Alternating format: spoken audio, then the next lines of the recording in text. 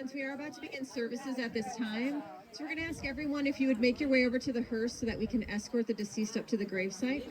We are going to be starting in just a moment. So again, we'll ask everyone to make their way over to the hearse as we begin our services today. For pallbearers, Ralph, David, Ryan, Alan, Ben, Jack.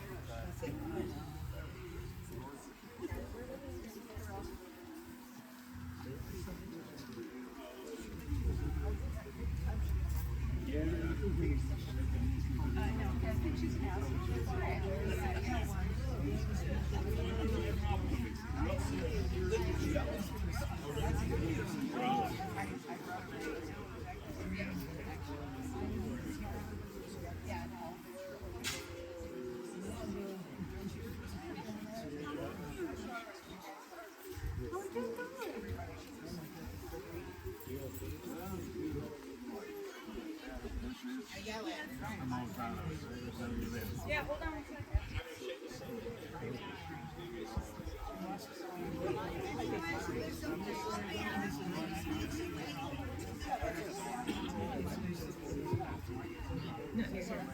Friends, again, at this time, we are going to begin services. We'll ask all of the pallbearers to please meet us at the hearse, and anyone else who would like to escort the casket with us, we'll ask everyone to gather there as we bring...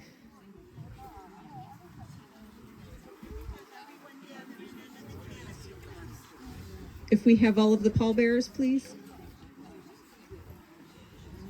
Everyone, please gather in under the canopy. If you're a pallbearer, please make your way over to the hearse.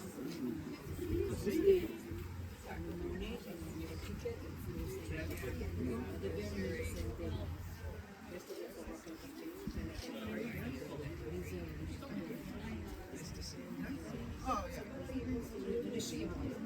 We all have to go. Dignity without wonderful caregivers. So, yeah, I feel more towards the celebration of life. It's sad. No pain. Yeah.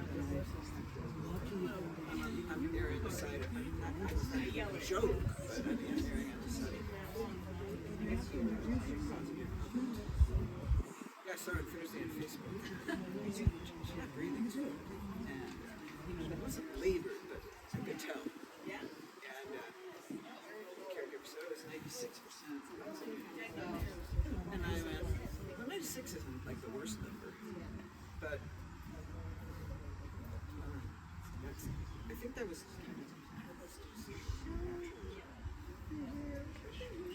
that's an abstract thing. So that really happens. I know, that doesn't sound at all. It's more abstract.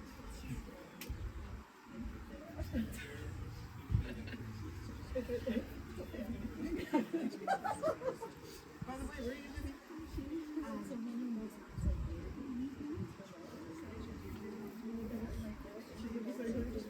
I just want to set this stuff down. I just wanted to put some, like, not have to carry. That's why they didn't put it down to zero.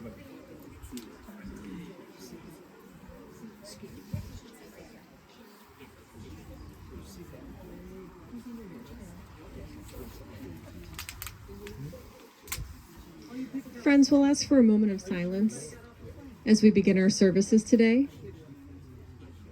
We're going to ask the immediate family to gather in front and go ahead and take a seat. Just a gentle reminder, if you have a cell phone or any other noise-making device, if you take a moment now, please, to turn it off or place it in the silent mode.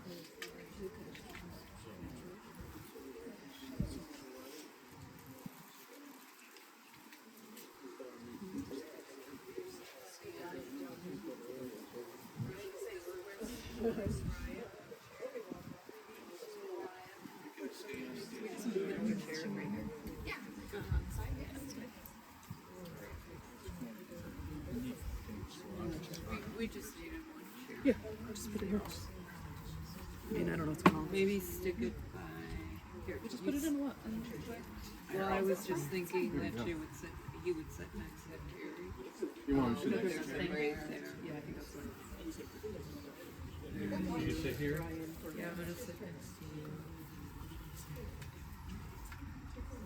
Oh, I didn't think of that. Yeah, yeah, we're good.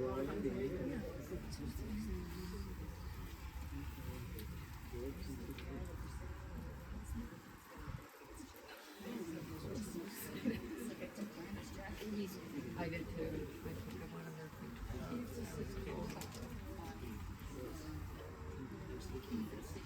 I know. I went and saw it. I did.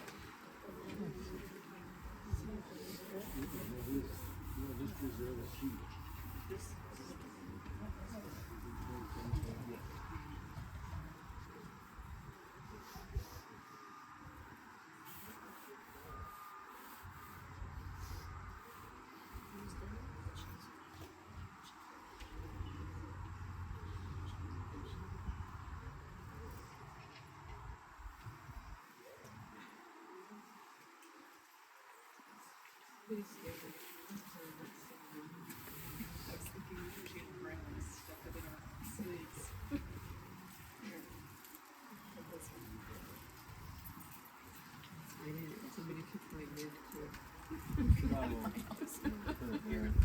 The mint. Oh, never mind. Leave it.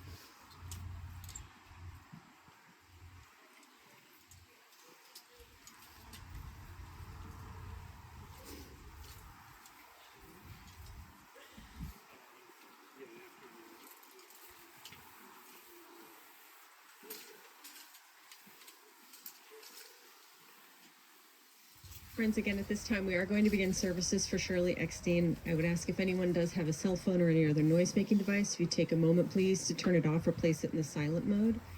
Just a note, if you did not have a chance to sign the register book today as you arrived, we will have that out for the duration of the service. You're welcome to sign that at any time.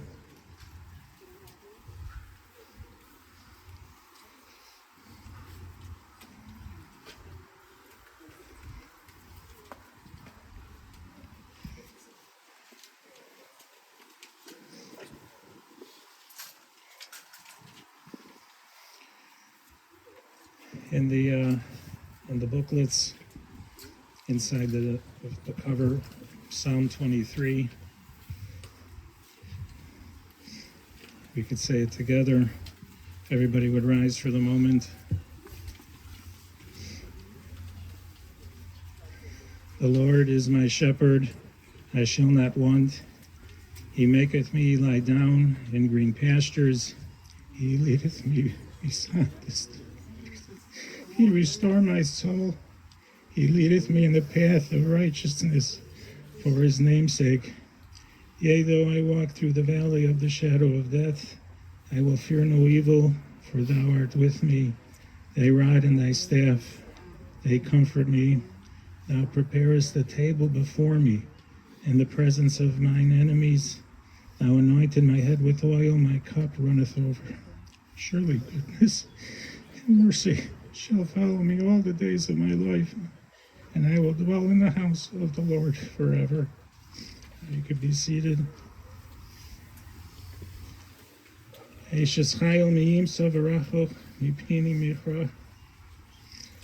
gallant woman who can find.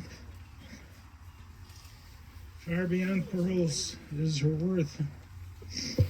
Her husband's heartfelt trust is in her, and she shall lack for nothing. She bestows good upon him and never harm all the days of her life. She seeks out wool and linen, her hands work willingly. She is like a merchant fleet bringing her sustenance from afar. She arises while it is yet night and gives provisions to her household and direction to her maidens. She envisions a field and acquires it from the fruit of her handiwork. She plants a vineyard.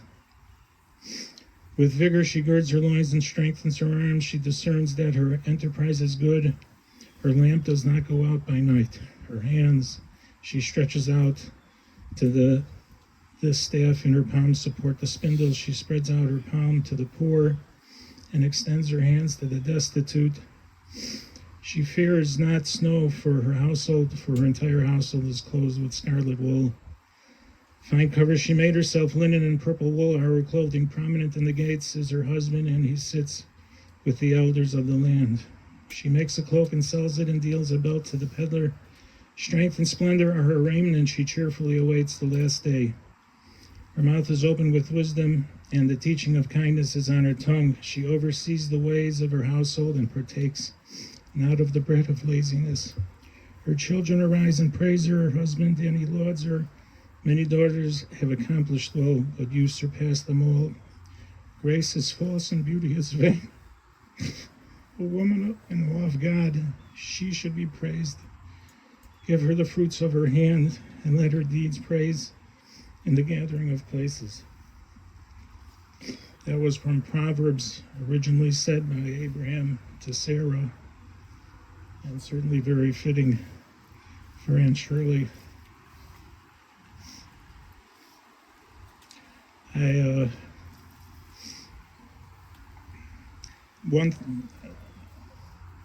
Anybody that wants to say something, please, you'll be asked shortly to approach. And in the meantime, you don't have to hear what I'm saying while you're thinking of your own thoughts. There's a verse in Leviticus that says, before an elder you should arise. It seems very commonsensical. If that's a word, you feel free to use it. You have an elderly person, like on a bus, a little more frail, a little more weak. Somebody young should get up, give them the seat. But that's not what the Torah is talking about. Unlike secular wisdom, which thinks we came from monkeys, and according to them, the next generation is more developed than the previous generation. But Judaism teaches us that the world didn't come into being that way, and we started from godliness. And the farther we get away from the source, the weaker we get. A fan is strongest next to the fan. The strength of the wind diminishes, water pressure diminishes, electricity even, it diminishes with distance. And so too, in the course of the descent of the generations, we also diminish. So the reason that we rise for somebody older than us is out of the respect for the fact that they are closer to wisdom, closer to godliness, not closer to wisdom. When I'm supposed to say, in the words of the Rabbi Samson Raphael Hirsch, a leader of German Jewry in the late 1800s, the idea of getting up in front of an elder is honoring their experience, honoring the natural human perception that matures through repeated events of life and nature. We arise for the wisdom that an older person represents in the experiences that they've accumulated over the years, which is a respect and an honoring of the more godliness contained in them than contained in the generation that follows. And there's no question that Aunt Shirley was a paradigm, a bastion of wisdom, whether it was just a quick wit, a quick couple words, whether it was a line, whether it was a story. She always had something wise to impart, and not with a finger shaking, always with love, correction, direction, wanting to see, wanting everybody else to be able to live a better, more fulfilled life. Bonnie or Terry, Rhino.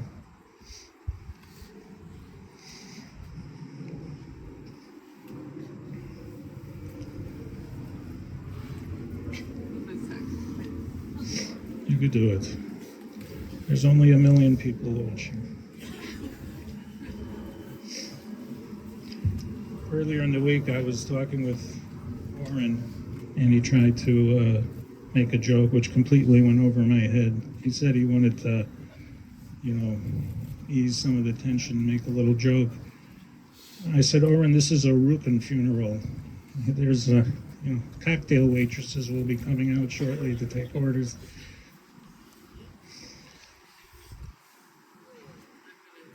I'm gonna let Terry see if she can do this. Well, it's going to be very brief. I just, I couldn't be more blessed to have such a long time to spend with my mom, who loved her family more than anything. She just embraced my kids and my husband and our lives and fulfilled them with so much humor and joy and generosity in every way. It's just hard to, as you all have probably experienced, to express that. The people that are here, she touched you and you touched her life, and she never really forgot anybody. She just always just had a way of coming back to the important things from the heart about people, and she taught us a lot. She taught my kids a lot. They were so lucky to know her the way they did. They had so much time with her, and I'm so thankful for that. And she has 5 great grandchildren. I mean, she really, really made the most of it, and she had a great run. It's a hard today, but she deserved to live as long as she did, because she just had so much to give. And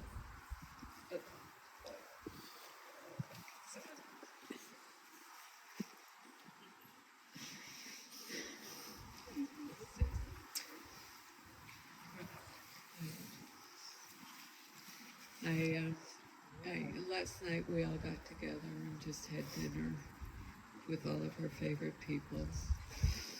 And peeps. yeah, the peeps.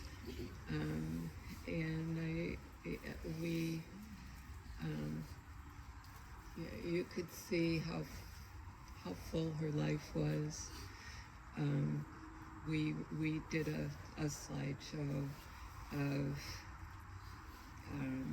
mostly comical, of all her later life, we really just, she kind of just became a fun person to be around. And, you know, like Terry said, just so many blessings. And I look around and I see the people that are here with us today, that people that I grew up with, that are just so my good friends today, and my family, that you are here together around us.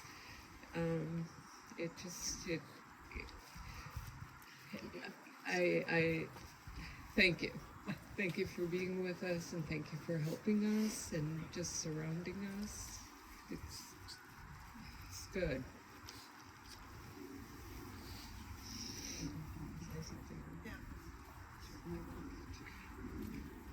So I haven't been in Chicago for quite a long time.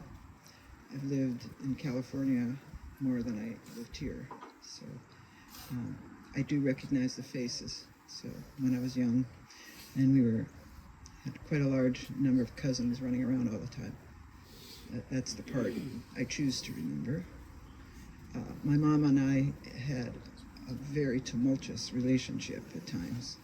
I was the oldest. She was the oldest. And she, I think, broke ground moving from the city and wanting to expand.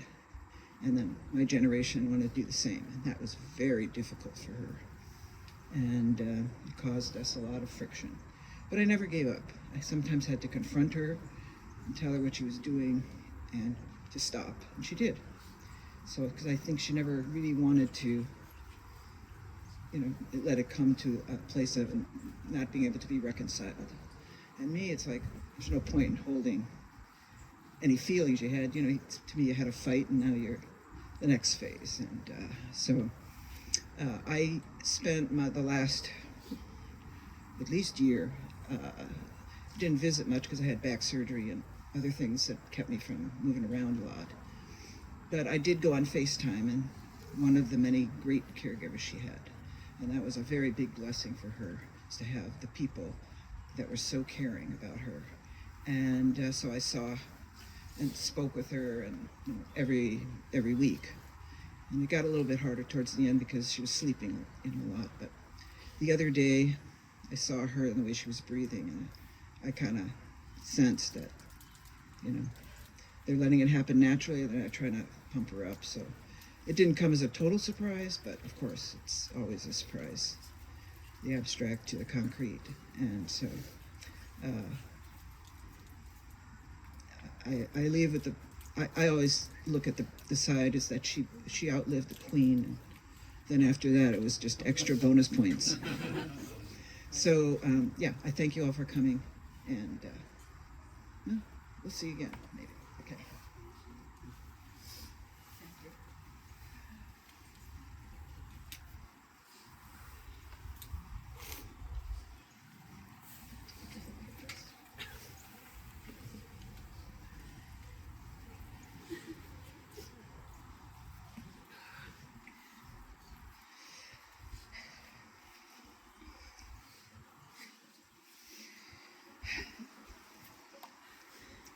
So my grandma was very special to me. When I was younger,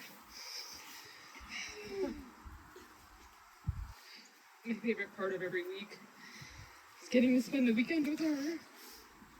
I'd sleep at her house. She let me eat ice cream in front of the TV. We stayed up watching old shows together. She'd rub my back and sing till I fell asleep. In the morning, we would head to the mall, go shopping. It's her favorite pastime, window shopping, bargain hunting. After I graduated high school and moved away, every time I talked to her on the phone or I saw her, she always asked if I needed anything. I always said no. She always said, okay, well, when you do, I'm the first person to call.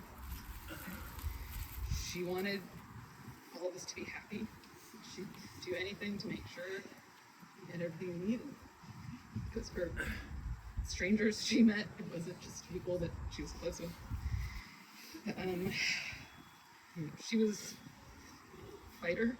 She went out on her own terms. She stayed as long as she needed to see grandchildren, see all the things she wanted to see.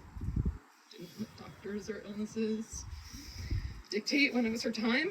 And when she decided to go, she did it peacefully. And I'm grateful for that. I think we can all celebrate her long, very fulfilling life because she touched us all and we all remember her.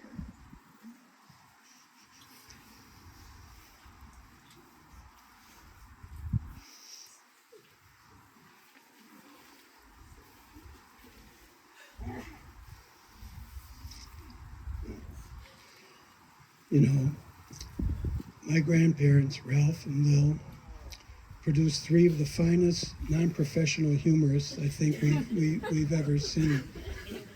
You know, whenever the three of them would get together, it was magic. It was just the love between the three of them, and of course their parents, was something that is very rare, especially today.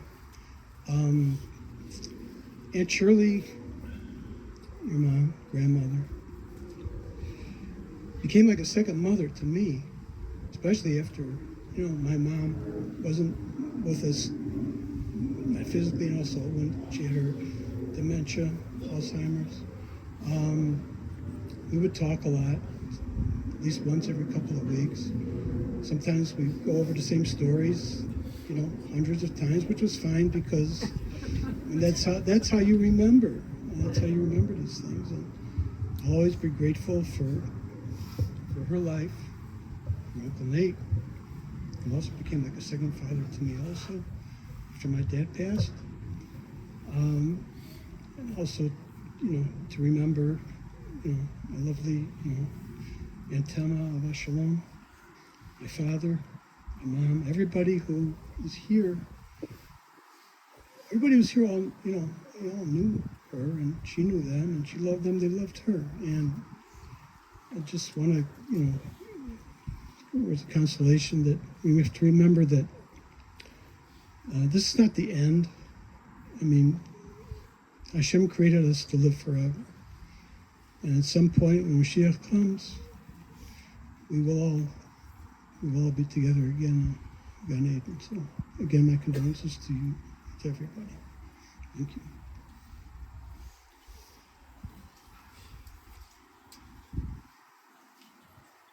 First, this is the first time I'm speaking at a funeral, but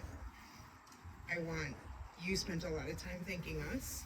I want to thank you for sharing your mom with us and for making sure she could come back as long as she could, and making sure she saw and the people who loved her were able to see her, because it would have been much easier to just, hang out in California where there's no crappy weather. I am grateful for my relationship with my grandmother, which I think brought me closer to the older generation. And Terry, thanks for keeping us connected. I really did love your mom and grandma. I'm Nutty's granddaughter, for those who are going, who the hell is this? And Ryan, Uncle Yudi, kept something you wrote while you were in China in his dresser until the day he died, and showed it to me more than 10 times. But he had dementia. But I loved your mom. I loved your mom, and she brought 3 people who are carrying on her legacy by being loving and accepting the way that she was, and I am grateful for that too.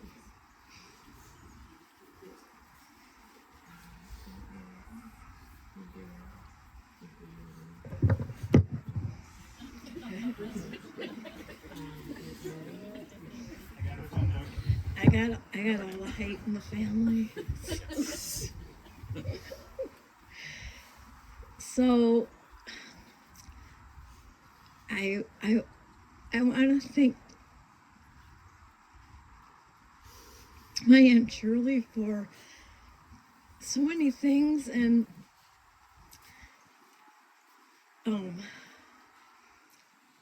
So I just have to say this. Probably shouldn't, but so my dad loved Jimmy Buffett. I love Jimmy Buffett. They both died on the same day. And it just occurred to me, he went to join the party because he loved to party. And there's nothing like a rookin' party. And now that they're all together, it's like, I'm sure they're having a great time. And she was so magical because, and I remember that the very first magical moment was I was probably 5 and I wanted a glass of milk, and she poured this white milk into a glass and it came up blue. And she told me she was a witch. Like, I don't know how I didn't know how she did it. And I went home and tried it and I couldn't do it. And then she was also like this amazing, smart businesswoman. But she did it behind the scenes. And she was sharp, and you couldn't pull anything off on her, and I always really admired that. And then she became a grandma, and everything revolved around the grandkids. And she went to San Diego, and she taught them everything, gave them names, and one of the first one was Ryan O'Brien of Radio 2, which always stuck in my head. And then she was there for everyone and for Nate. And then when Nate was gone, she became this party animal. and we had so much fun. And you know, at most Jewish parties and things, it's food, but she introduced a lot of alcohol and liqueurs. She loved her liqueurs, and she was always the life of the party, and she could always tell the stories. I know how much she loved me, and that feels really good.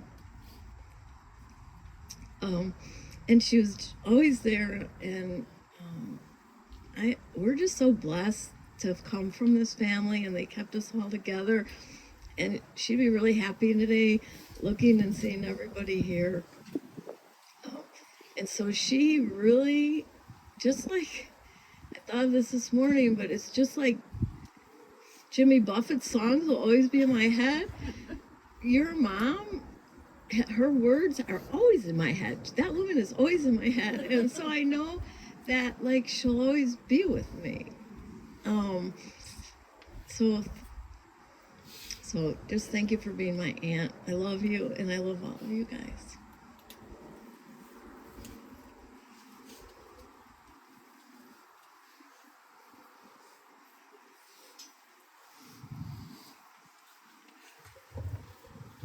My Groucho Marx song.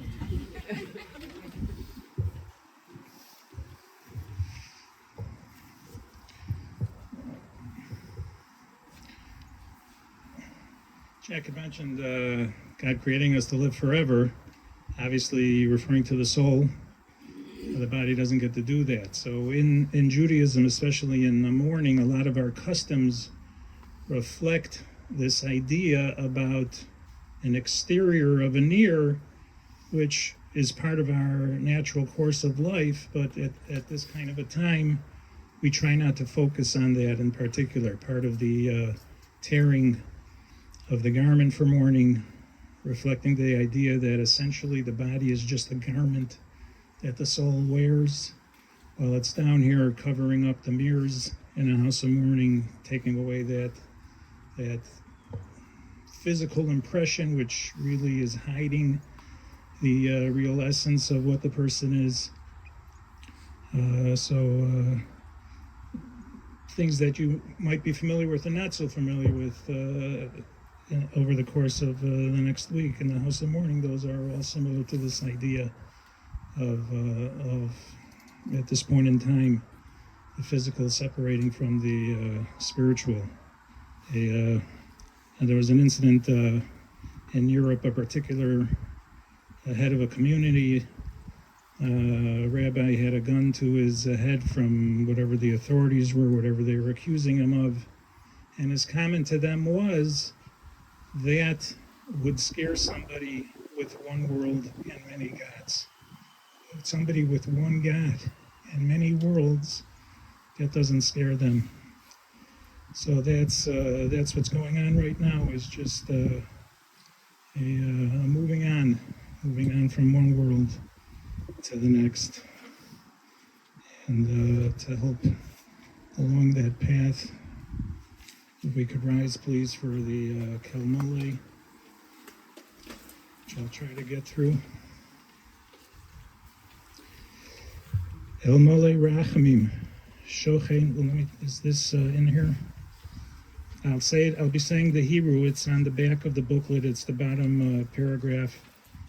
We're following in English. El Mole Rachamim, Shochein V'Amromim, Hamsei Menucha Nechona, Al Kanfei Ashchina, Amalos Kadoshim Etohorim Kazor Akira, Mazhirim Es Nishmas, Sarafreda, Bas, Yerachmiel Ben Yamin, Shalchala Olama, Bavor Shanachnu Mispalalim Ba'ad Haskaras Nishmasa, Began Eden Tieh Menuchasa, Lechein Baal Harachamim, Yistareh B'Seser Knafav Liolamim, V'Yitzror B'Tzrachaim Es Nishmasa, Adonai Hu Nachalasa, V'Sanuach B'Shalom Al Mishkava, V'Nomar Amen. Let us say Amen. Okay. I think we'll start the actual burial process. I'll read something while the gentlemen lower the casket. We're going to, our tradition is for the family to participate in this last physical act. Of course, how we live our lives always reflects those who came before us, but in a very physical sense, participating in the burial. When we shovel the dirt, the first three shovels are with the shovel upside down, at face value, reflecting the fact that this is not something we want to do. So we make it as difficult as possible. But the reality is, it's got to be done, and it's better for her that we do it. So after three upside down shovels, doesn't have to be a lot. We could turn the shovel over, and when finished, we don't hand the shovel to the next person. We just leave it there, stick it in the dirt, or lay it down, and let the next person who wants to come up and grab it. And we'll do that until the grave is full, and then a final Kaddish. We can start.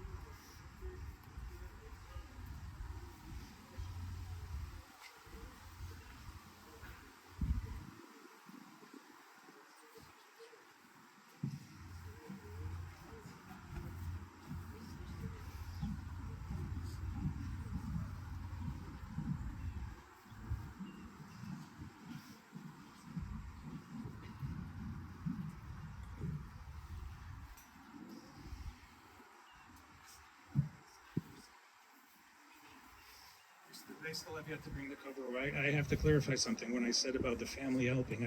We are all the family, as opposed to the cemetery help. I was not intending only immediate relatives. We are all the family, as opposed to the cemetery workers.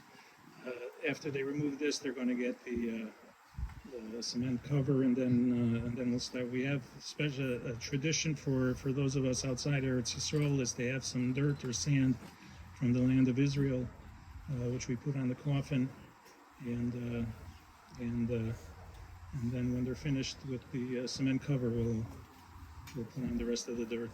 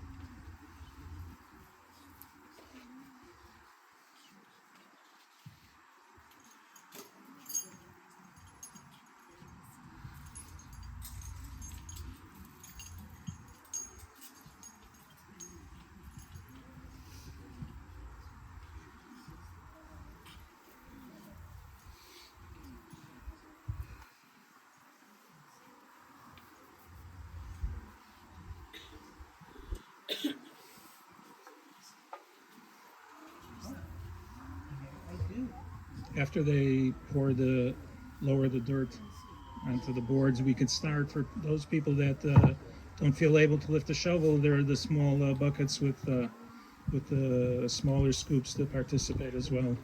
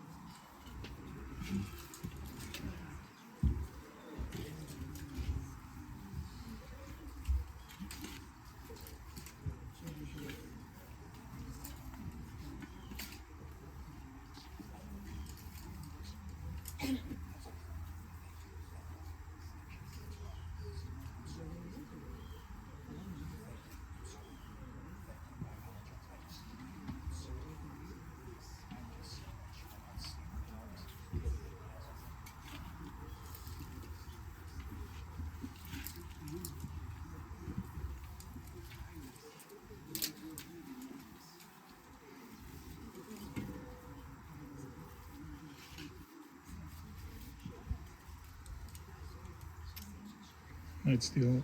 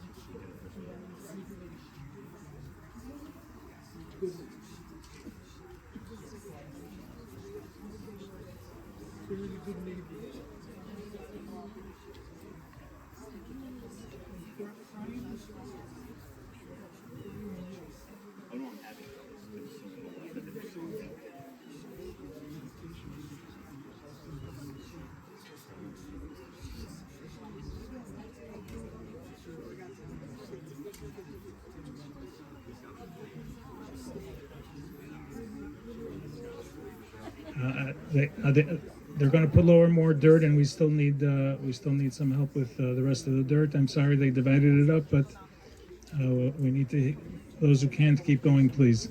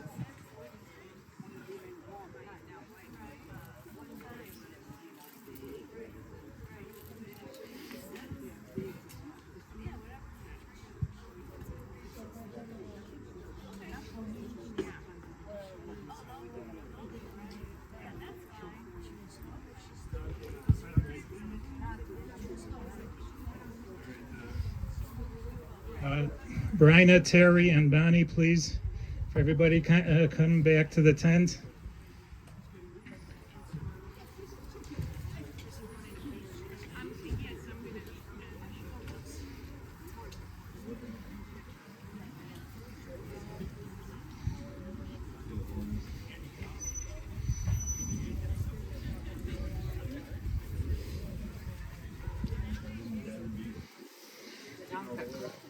Okay. Shira, is there a Shira in the house?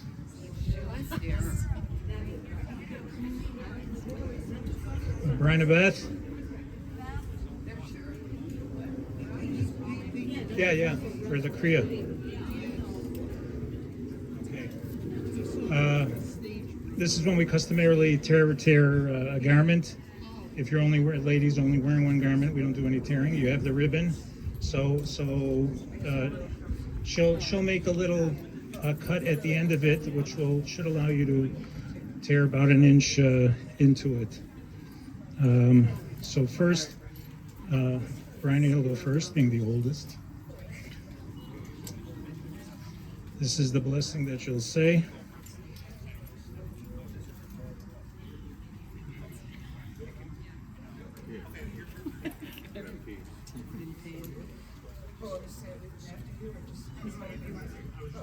I just asked her words. I was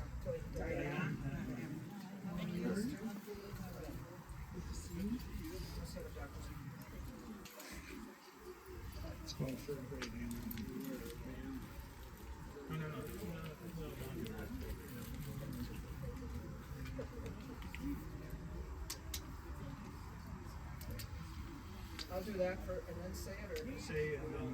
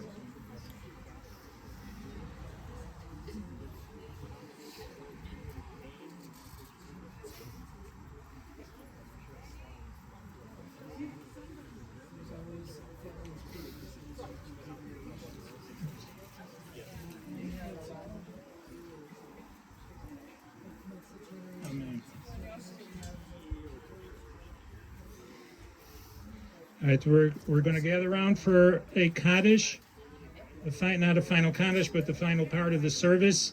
After everybody, could I have your attention, please? After this last Kaddish, we're going to form 2 rows, and so that the mourners can walk between the 2 rows on their way out as we offer them words of comfort.